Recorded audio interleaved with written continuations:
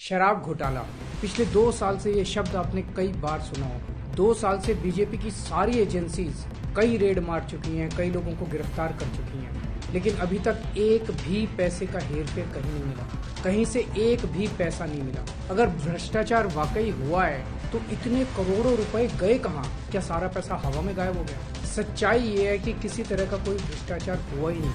अगर होता तो पैसा भी मिलता। ऐसे फर्जी केस में आम आदमी पार्टी के कई नेताओं को इन्होंने अभी तक जेल में रखा हुआ है। किसी के भी खिलाफ कोई सबूत नहीं है, कुछ साबित नहीं हो रहा, खुलेआम गुंडागर्दी चल रही है, किसी को भी पकड़ के जेल में डाल दे। अब बीजेपी मुझे गिरफ्तार करना चाहती है। मेरी सबसे बड़ी संपत्ति, मेरी सबसे बड़ी ताकत मेरी ईमानदारी है। झूठे आरोप लगा के, फर्जी सम्मन भेज के ये मुझे बदनाम करना चाहते हैं, मेरी ईमानदारी पे चोट करना चाहते हैं। इन्होंने मुझे सम्मन भेजे हैं। मेरे वकीलों ने मुझे बताया कि ये सम्मन गैर कानूनी है।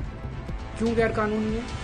ये मैंने इनको विस्तार से लिख के भेजा है। मैंने बताया है कि उनके सम्मन कैसे गैर कानूनी है, लेकिन उन्होंने मेरी एक भी बात का जवाब नहीं दिया। इसका मतलब उनके पास मेरी बातों का जवाब नहीं है। इसका मतलब वे भी मानते हैं कि उनका नोटिस गैर कानूनी है। क्या मुझे एक गैर कानूनी सम्मन का पालन करना चाहिए?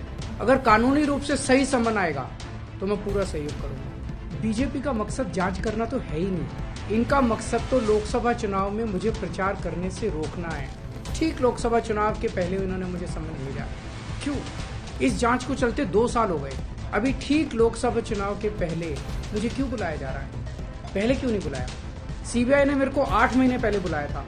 मैं सीबीआई में गया था, उनके सारे जवाब भी दिए थे। लेकिन अब ये लोग ठीक लोकसभा चुनाव के 2 महीने पहले मुझे बुला रहे हैं। तो बीजेपी का मकसद कोई पूछताछ करना थोड़ी है।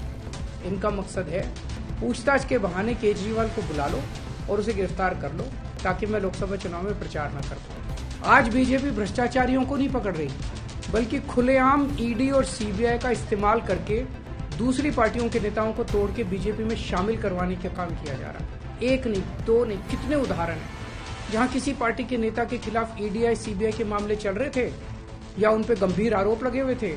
जैसे ही वो नेता बीजेपी में शामिल हुए, उनके सारे पुराने मामले बंद कर दिए गए या ठंडे बस्ते में डाल दिए गए। तो जो इनकी पार्टी ज्वाइन कर लेता है, उसके सारे मामले रफा दफा कर दिए जाते हैं। जो इनकी पार्टी में नहीं जाता, वो जेल जाता है। आज मनीष सिसोदिया, संजय सिंह और विजय नायर इसलिए जेल में नहीं है कि उन्होंने भ्रष्टाचार किया है, वो इसलिए जेल में है क्योंकि उन्होंने बीजेपी में शामिल होने से इनकार कर दिया है। आज हम बीजेपी का मुकाबला क्यों कर पा रहे हैं? क्योंकि हमने कोई भ्रष्टाचार नहीं किया। अगर हमने जरा सा भी गलत काम किया होता तो दूसरे भ्रष्टाचारी नेताओं की तरह आज भी हम बीजेपी में शामिल हो चुके होते आज तक। इस तरह देश के ईमानदार नेताओं को जेल में डाल के और भ्रष्टाचारियों को अपनी पार्टी में शामिल करवा के ऐसे तो देश आगे नहीं बढ़ सकता। ये क्या चल रहा है? ये जो कुछ भी चल रहा है बहुत खतरनाक है। ये हमारे जनतंत्र के लिए बहुत गलत है। इसे रोकना होगा। मैं हमेशा देश के लिए लड़ा हूं। मेरा तन मन धन देश के लिए, मेरी एक एक सांस देश के लिए, मेरी खून की एक एक बूंद देश के लिए, मेरे शरीर का एक एक कतरा देश के लिए समर्पित। हमें मिलकर देश को बचाना है। मैं पूरी जी जान से इनके खिलाफ लड़ रहा हूँ। आपका साथ